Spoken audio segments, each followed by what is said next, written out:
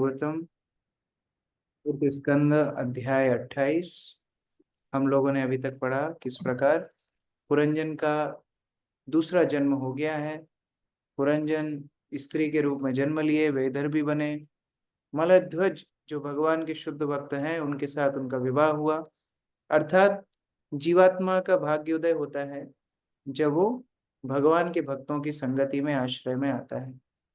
और उस संगति में मलयध्वज के माध्यम से एक कन्या और 7 पुत्र हुए। अर्थात नवदा भक्ति में से 7 साधन भक्ति के अंग, और भक्ति स्वयं भक्तों की संगति में प्राप्त होती है।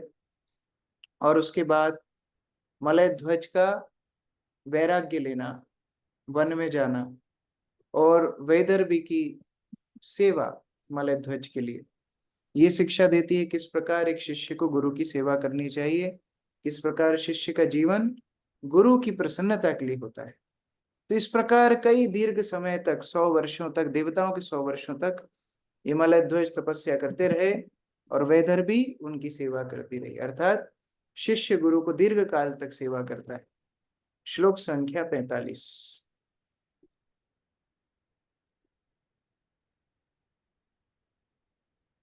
अजानते प्रियतमं यदोपरतम अंगना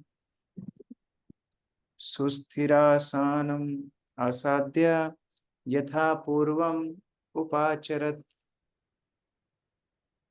गायत्री माता जी।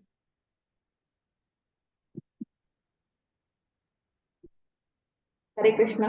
राजा विदर्भ की पुत्री सुस्थिर मुद्रा में आसन लगाए अपने पति की तब तक पूर्ववत सेवा करती रही जब तक उसे यह पता नहीं लग गया कि पति ने उस शरीर से प्रस्थान कर दिया।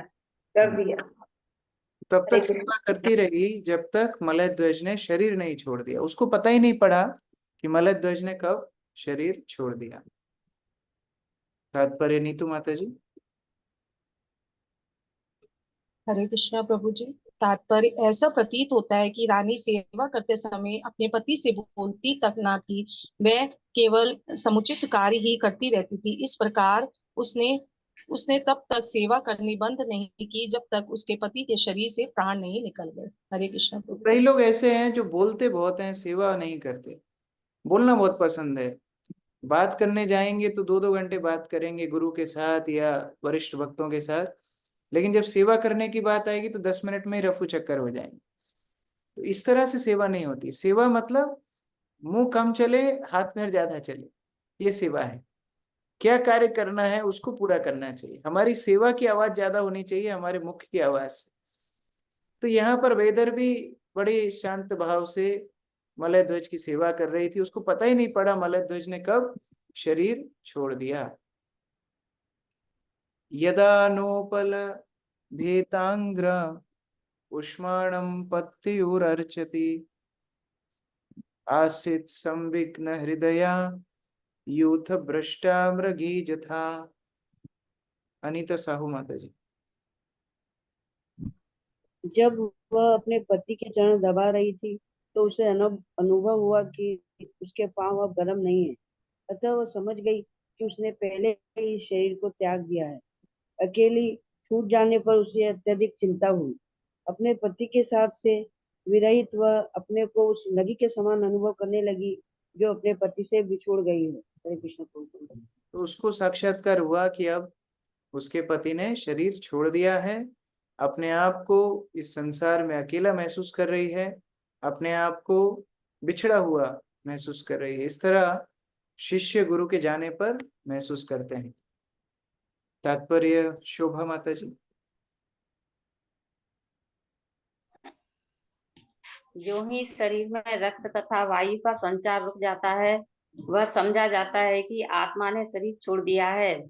रक्त का संचार जब बंद होता है तो हाथ तथा पांव ठंडे पड़ने लगते हैं। यह जानने हेतु कि शरीर जीवित है या नहीं लोग हृदय की धड़कनों तथा हाथों और पांव का ठंडा पड़ना देखते हैं। हरे कृष्णा। आत्मानं शोचति दीनम् अबन्धुं विक्लवाश्रुभिः नानावाचिशिष्य विपिने सुस्वरं प्रारुरोध स्व।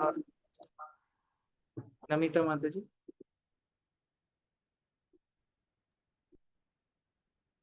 जंगल में अकेली तथा विधवा हो जाने पर विदर्भ की पुत्री विलाप करने लगी। उनके आंसू निरंतर झड़ रहे थे, जिससे उनके स्तन भी भीग गए थे और वह जोर जोर से रो रही थी। हरे कृष्ण। तात्पर्य रेखा माता जी।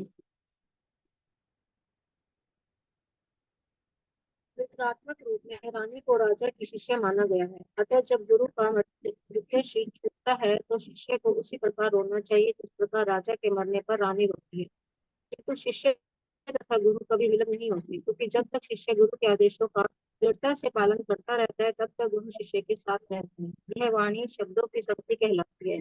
भौतिक उपस्थिति वपुः कहलाती है। जब तक गुरु भौतिक रूप से उपस्थित रहे, शिष्य को चाहिए कि गुरु के भौतिक शरीर की सेवा करे, और जब उसका भौतिक शरीर ना रहे तो शिष्य को चाहिए कि गुरु के आदेशों का पालन करे। हरे कृष्ण। तो जब गुरु अपना शरीर छोड़ते हैं, शिष्य को इतना दुख होता है कि वह जैसे एक विधवा अपने पति के लिए रोती है, इसी प्रकार शिष्य गुरु के लिए रोते हैं। लेकिन मुख्य बात है कि गुरु के आदेशों का पालन करके शिष्य गुरु के संरक्षण में उनके शरीर छोड़ने के बाद भी रह सकता है। जब तक गुरु शरीर में है तब तक गुरु से मिलना, गुरु की सेवा करना संभव है। लेकिन जब गुरु शरीर छोड़ देते हैं, उसके बाद गुरु के आदेश ही शिष्य का आश्रय बनते हैं। तो इस प्रकार वाणी सेवा के माध्यम से शिष्य गुरु की संगति कर सकता है। ये दो शब्द यहाँ प्रभुपाद ने बताए हैं, वपु और वाणी। तो गुरु की संगति दो प्रकार से होती है, वपु संगति, वाणी संगति। वपु संगति स्थिर नहीं है, वपु संगति एक ना एक दिन छूट ही जाएगी। लेकिन वाणी संगति ये शाश्वत है। तो जब तक शिष्य वाणी के महत्व को नहीं समझेगा, केवल वपु संगति से उसका कोई लाभ नहीं हो। वाणी संगति अर्थात उनकी जो शब्द हैं, उनके जो आदेश हैं, उनकी जो शिक्षाएं हैं, उसको अंगीकार शिष्य को करना सीखना चाहिए। उत्तिष्ठ उत्तिष्ठ राजर्षे इमं उदधि मेखलाम दस्युभ्याश्चत्तर बंधुभ्यो बिभ्यतिम पातुमर्हसि। अदिति माता जी।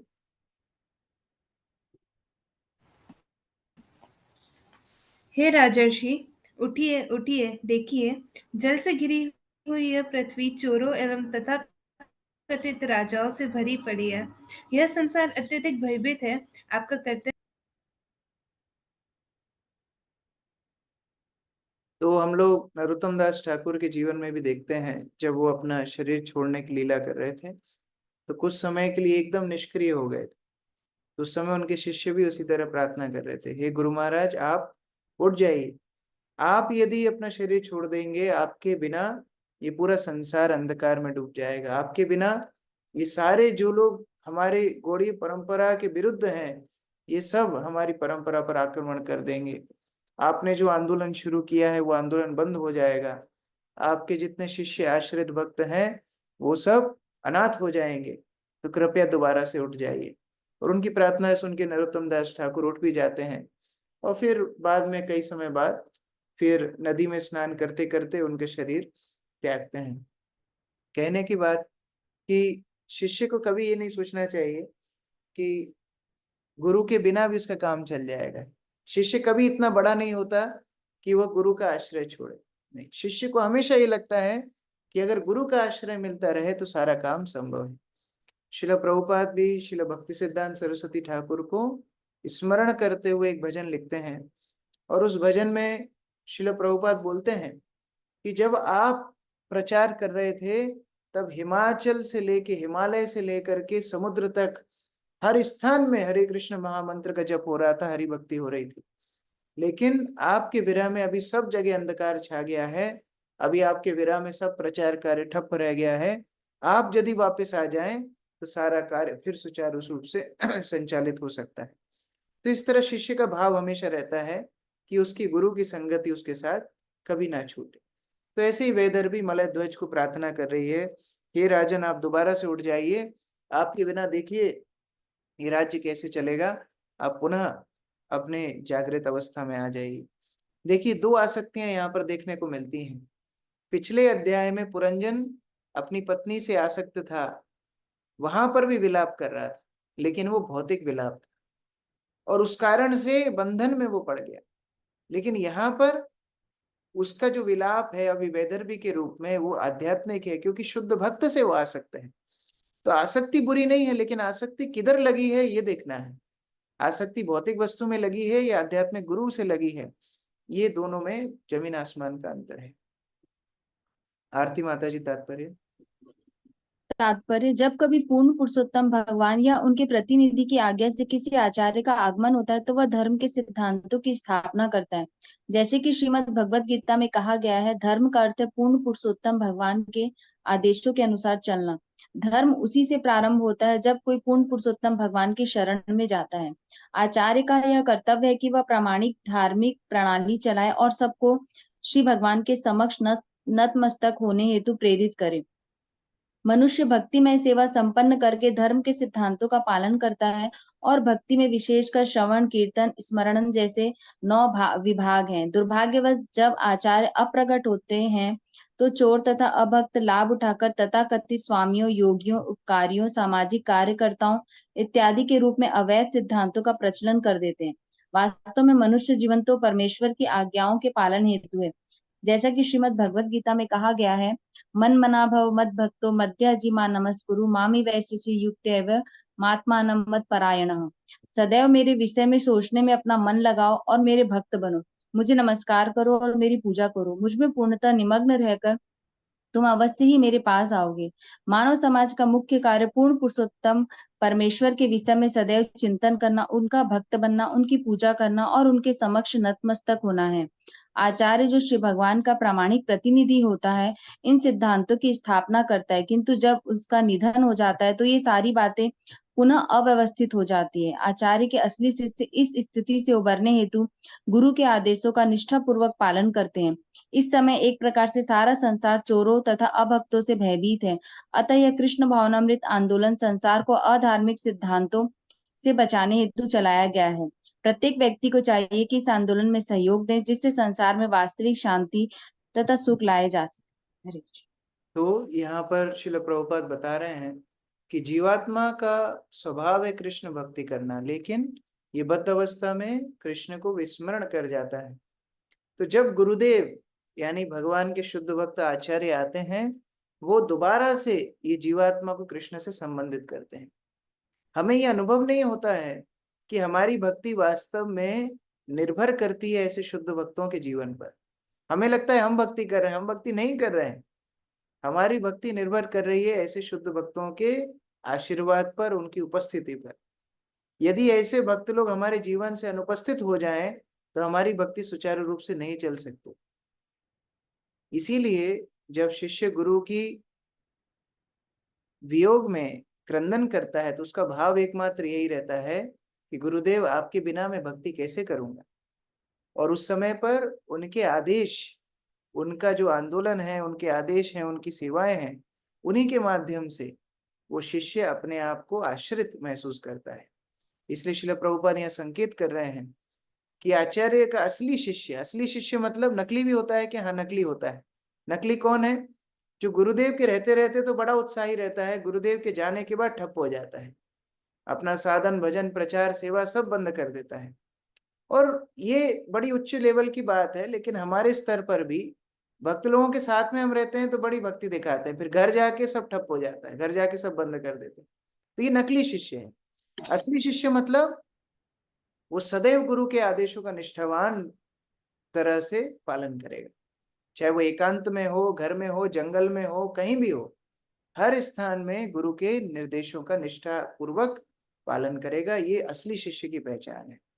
और प्रभुपाद संकेत कर रहे हैं कि ऐसा शिष्य गुरु के आंदोलन को आगे बढ़ाने में मदद करता है, ये उसकी पहचान है। प्रभुपाद बोल रहे हैं कृष्ण भावनामृत आंदोलन ही सारे संसार को बचाने के लिए चालू किया गया है।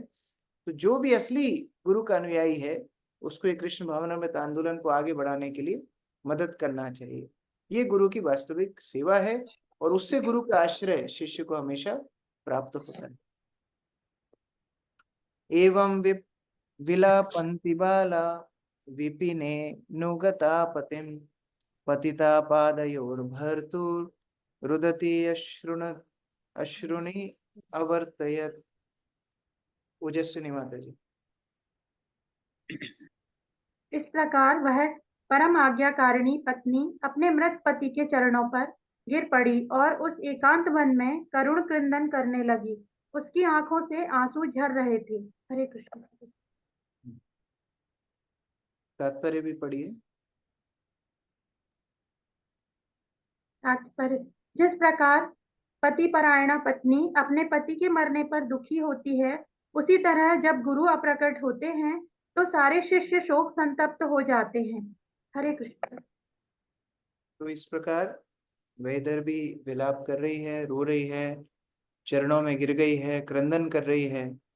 इस प्रकार का वियोग स्वाभाविक है।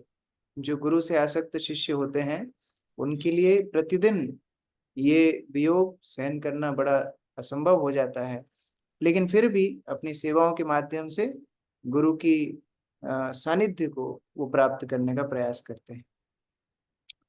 चितिम दारुमयी चित्वा तस्याम पत्यु कलेवरम आदिप्य चानुमरणे विलपन्ति मनोदधे। प्रमोदानंद प्रभु जी। जब उसने लकड़ियों से चिता बनाकर और अग्नि जलाकर उसमें अपने पति के शव को रख दिया, इस सब के बाद वह दारुण विलाप करने लगी और अपने पति के साथ अग्नि में मस्त होने के लिए स्वयं भी तैयार हो गई। हरे कृष्ण। तो अब दाह संस्कार करने के लिए तो और कोई था नहीं, वन में दोनों ही पति पत्नी अकेले ही थे। तो ये वैदर्भी ने मलय ध्वज के लिए चिता तैयार की, उस चिता पे मलय ध्वज को रखा और अब अग्नि लगाने ही वाली है, स्वयं भी प्रवेश करने वाली है, सहमरण करने वाली है। इस तरह तैयारी वैदर्भी ने की। जय माता जी। यह अत्यंत प्राचीन वैदिक प्रथा है कि पति परायण पत्नी अपने पति के साथ ही मर जाती है। यह सहमरण कहलाता है।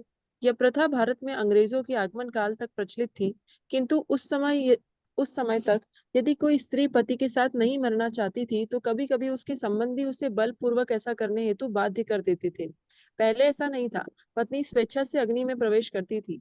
ब्रिटिश सरकार ने इसे अमानुषिक समझकर बंद करा दिया, किंतु हम भारत के प्राचीन इतिहास में पाते हैं कि जब महाराज पांडु मरे तो उनकी दो पत्नियां माद्री तथा कुंती जीवित थी। प्रश्न यह था कि वे दोनों मरे या एक। महाराज पांडु की मृत्यु के बाद यह तय हुआ कि केवल एक ही मरे और दूसरी रहे।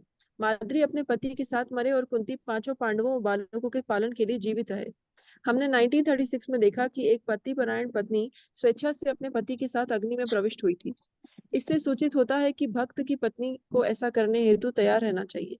इसी प्रकार गुरु के समर्पित शिष्य को चाहिए कि यदि वह गुरु के संदेश को कार्य रूप में देने में असफल रहता है तो वह गुरु के साथ मर जाना श्रेष्ठकर समझता है। जिस प्रकार श्री भगवान इस पृथ्वी पर धर्म की पुनर्स्थापना के लिए आते हैं, उसी तरह उनका प्रतिनिधि गुरु भी धर्म की पुनर्स्थापना के लिए आता है। यह तो शिष्यों का कर्तव्य है कि गुरु के संदेश को ग्रहण करके उसे भली भांति कार्य रूप में परिणत करे, अन्यथा अच्छा हो कि शिष्य भी गुरु के साथ मर जाए। दूसरे शब्दों में, गुरु की इच्छा पूर्ति के लिए शिष्य को अपना जीवन उत्सर्ग करने तथा अपने सारे निजी विचारों को त्यागने हेतु सतत होना चाहिए।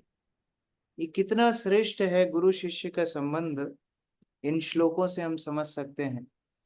ये कोई औपचारिकता नहीं है, ये कोई केवल कोई जैसे हम दान इत्यादि यज्ञ क्रिया करते हैं, कोई पुण्य कर्म करते हैं, ऐसा नहीं है। ये गुरु के साथ संबंध कितना श्रेष्ठ है, इस एक पैराग्राफ से आप समझ सकते हैं। ये पैराग्राफ बार बार पढ़ना चाहिए। श्रील विश्वनाथ चक्रवर्ती ठाकुर भगवद गीता की अपनी अपनी टीका में लिखते हैं कि शिष्य के लिए गुरु के निर्देश उसके प्राण हैं। और यहाँ प्रभुपाद उसी बात को दोहरा रहे हैं। यदि शिष्य गुरु के निर्देश को पालन नहीं कर सकता तो उसके जीने का अर्थ क्या है? तो गुरु ने जब शरीर त्यागा, उसको भी शरीर छोड़ देना चाहिए था, अगर वो निर्देश पालन नहीं कर सकता तो। मतलब अब जो शरीर में प्राण है, जो समर्पण किया है गुरु को, अभी जो शरीर में प्राण है वो गुरु के लिए प्राण है, अभी खुद के लिए प्राण नहीं है। हर व्यक्ति स्वयं के लिए जीता है, लेकिन शिष्य गुरु के लिए जीता है। तो जब अब जो कुछ क्रिया करेगा गुरु की प्रसन्नता के लिए करेगा। जो कुछ काम करेगा गुरु की प्रसन्नता के लिए करेगा, और यदि नहीं कर सकता उसको मरा घोषित कर देना चाहिए। वास्तव में मरा ही हुआ है, गुरु के जाने के बाद उसकी मृत्यु भी हो गई ऐसा मान लेना चाहिए, क्योंकि उसके शरीर में प्राण ही नहीं है। गुरु के निर्देश पालन नहीं करेगा तो प्राण कैसे रहेंगे। तो यदि शिष्य को जिंदा रहना है, गुरु की इच्छा पूरा करना शिष्य का एकमात्र ध्येय होना चाहिए।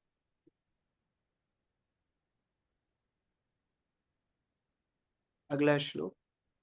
तत्र पूर्वतरः कश्चित् सखा ब्राह्मण आत्मवान संतभ्यान वल्गुना सामना तामाहारुदतिम प्रभु। आयुष प्रभु। हे राजन, एक ब्राह्मण जो राजा पुरंजन का पुराना मित्र था उस स्थान पर आया और रानी को मृदुल वाणी से सांत्वना देने।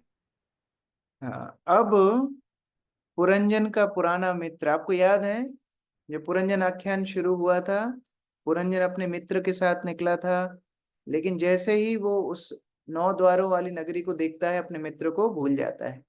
अभी वही मित्र आया है एकदम, ये वैदर्भी मतलब पुरंजन ही है, वैदर्भी एकदम चिता के ऊपर बैठने वाली है, जलने वाली है, उसी समय पर ये आकर के और मिला है और अपनी मृदुल वाणी से सांत्वना दे रहा है। ये पुराना मित्र परमात्मा है। तात्पर्य भी पढ़िए, अमित प्रभु पढ़िए। तात्पर्य, पुराने मित्र का ब्राह्मण रूप में प्रकट होना अत्यंत महत्वपूर्ण है। परमात्मा रूप में भगवान श्री कृष्ण सबके पुराने सखा हैं। वैदिक आदर्शों के अनुसार भगवान श्री कृष्ण जीव के पास बैठे रहते हैं। इस श्रुति मंत्र द्वा सुपर्णा सुयजा सखाया के अनुसार श्री भगवान प्रत्येक जीव के हृदय में सहज अर्थात सर्वोत्तम मित्र के रूप में स्थित रहते हैं। श्री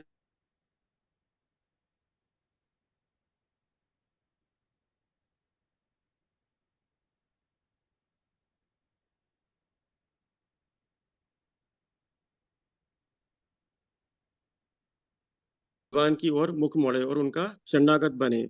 जब मनुष्य अपने गुरु के संदेश का अनुगमन करने हेतु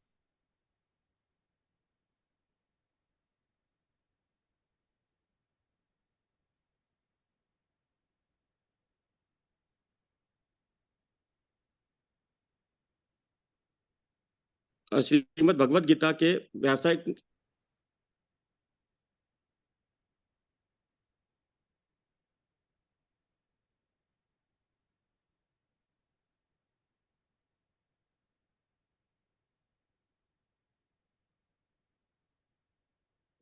पूर्ण पुरुषोत्तम भगवान परमात्मा रानी के समक्ष ब्राह्मण रूप में प्रकट हुए, किंतु वे अपने मूल रूप में श्री कृष्ण रूप में क्यों नहीं प्रकट हुए।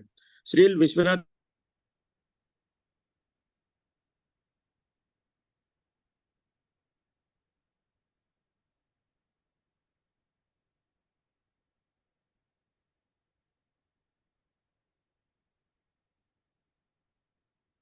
क्योंकि श्री भगवान हृदय में स्थित है, अतः वे निष्ठावान शिष्य को अंतःकरण से उपदेश दे सकते हैं। इसकी पुष्टि श्रीमद् भगवद गीता में हुई है। तेषां सततयुक्तानां भजतां प्रीतिपूर्वकं ददामि बुद्धि योगम तम ये मामुपायन्ति ते। जो निरंतर मेरी भक्ति करते हैं और प्रेम पूर्वक मेरी पूजा करते हैं, उन्हें मैं बुद्धि प्रदान करता हूँ, जिससे वे मेरे पास आ सकते हैं।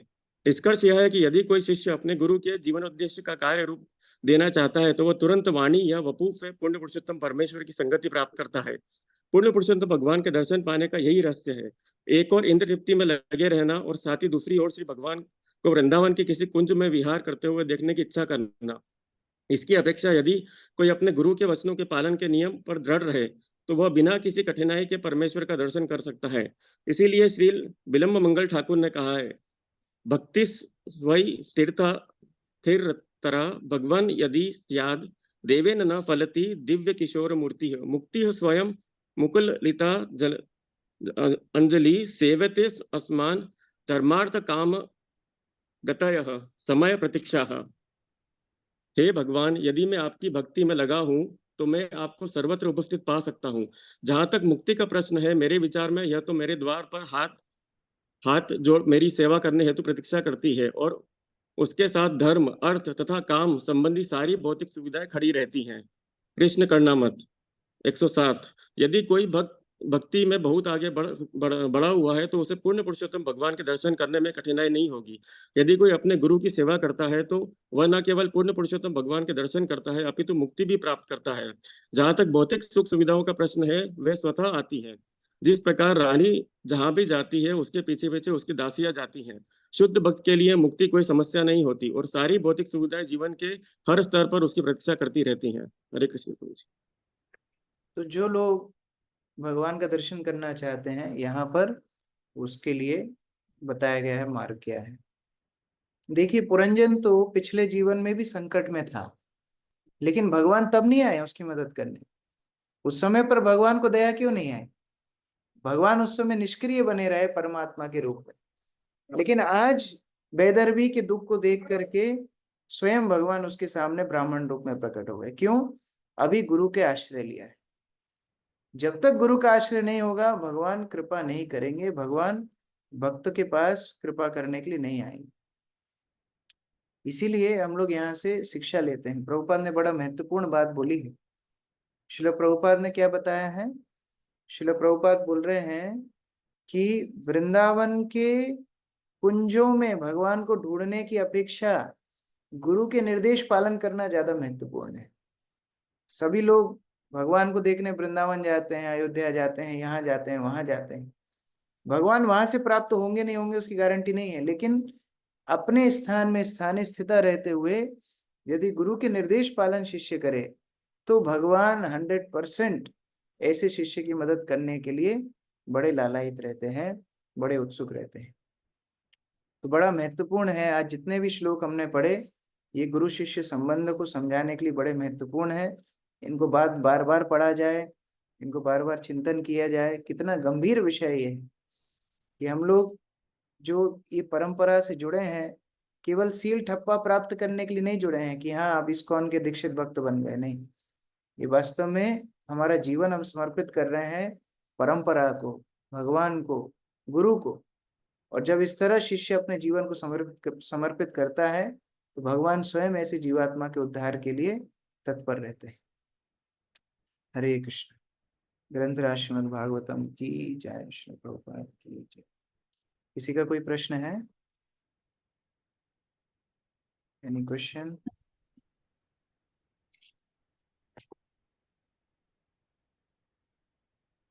यस, माता जी। हरे कृष्ण प्रभु जी। प्रभु जी, मेरे कुछ फ्रेंड्स हैं जिनको मैं प्रीच करना चाहती हूँ, बट उन लोगों ने इस्कॉन के बारे में कुछ ऐसी बातें सुन रखी है। उन लोग का कहना ये है कि इस्कॉन वाले ब्रेन वॉश करते हैं और डेथ के लिए बात करते हैं। सही बात है। प्रभुपाद बोलते थे कि जब कोई स्थान गंदा होता है तो उसको साफ करने की आवश्यकता होती है। इस्कॉन वाले ब्रेन वॉश इसलिए करते हैं क्योंकि अभी लोगों के दिमाग में कचरा भरा हुआ है। भौतिक संस्कृति इतना कचरा भर रही है, उसको साफ करने की आवश्यकता तो है। इतना कचरा लोगों के दिमाग में भरा हुआ है, इस्कॉन उसको साफ करता है, ये बात तो सही है। दूसरी बात, मृत्यु के बारे में बात करते हैं। बात होनी भी चाहिए क्योंकि भगवान भगवत गीता में शुरुआत की है मृत्यु के बारे में बताकर। भागवत में शुरुआत हुई है परीक्षित महाराज को 7 दिन में मृत्यु हो जाएगी उसके बारे में। जब शास्त्र मृत्यु की बात कर रहे हैं तो फिर हम लोग क्यों नहीं करेंगे? और सबसे बड़ी बात, आप देखिए आज स्पोर्ट्स के लिए कितना खर्चा होता है, लेकिन हर आदमी तो स्पोर्ट्स नहीं खेलता है। आज गाड़ियों के लिए कितना खर्चा होता है, हर आदमी तो गाड़ी नहीं चलाता है। लेकिन हर आदमी की मृत्यु होती है, तो मृत्यु की चर्चा कितनी ज्यादा होनी चाहिए। जिस चीज को हम सबको फेस करना है उसकी तैयारी क्यों नहीं होना चाहिए? इसलिए भागवत हमें तैयार करता है हमारे एग्जाम के लिए कि हाँ ये मृत्यु हमारे पास होने वाली है, तो उसके लिए हम तैयार रहें। एक हम लोग बोलते हैं ना, शुतुरमुर्ग जो होता है अपनी मुंडी को जमीन में गाड़ लेता है, उसको लगता है कोई समस्या है नहीं, लेकिन उससे समस्या का समाधान नहीं होता है। उसी तरह लोग बोलते हैं अरे मृत्यु की बात मत करो, मृत्यु की बात मत करो, बट मृत्यु तो आने वाली है। तो इसकी बात करना सबसे ज्यादा आवश्यक है कि उस मृत्यु का हम कैसे सामना करें। ठीक है प्रभु जी, दूसरा क्वेश्चन ये था कि क्या जो नए डिवोटीज होते हैं जिनको हम लोग प्रीच करते हैं, तो क्या उनको हम लोगों को अपराध के बारे में बताना चाहिए स्टार्टिंग में कि नहीं? जिसकी जितनी पाचन शक्ति है उतना खाना परोसना चाहिए। कौन कितना ग्रहण कर सकता है ये बोलना मुश्किल है कि नया व्यक्ति सीख पाएगा कि नहीं। वो इंडिविजुअली हमको देखना चाहिए कौन कितना सीख पाता है। उस स्तर पे धीरे धीरे हम लोग अपराध के विषय में भी बता सकते हैं। ठीक है। हरे कृष्ण। श्री प्रभुपाद की जय। समवेत भक्ति की जय।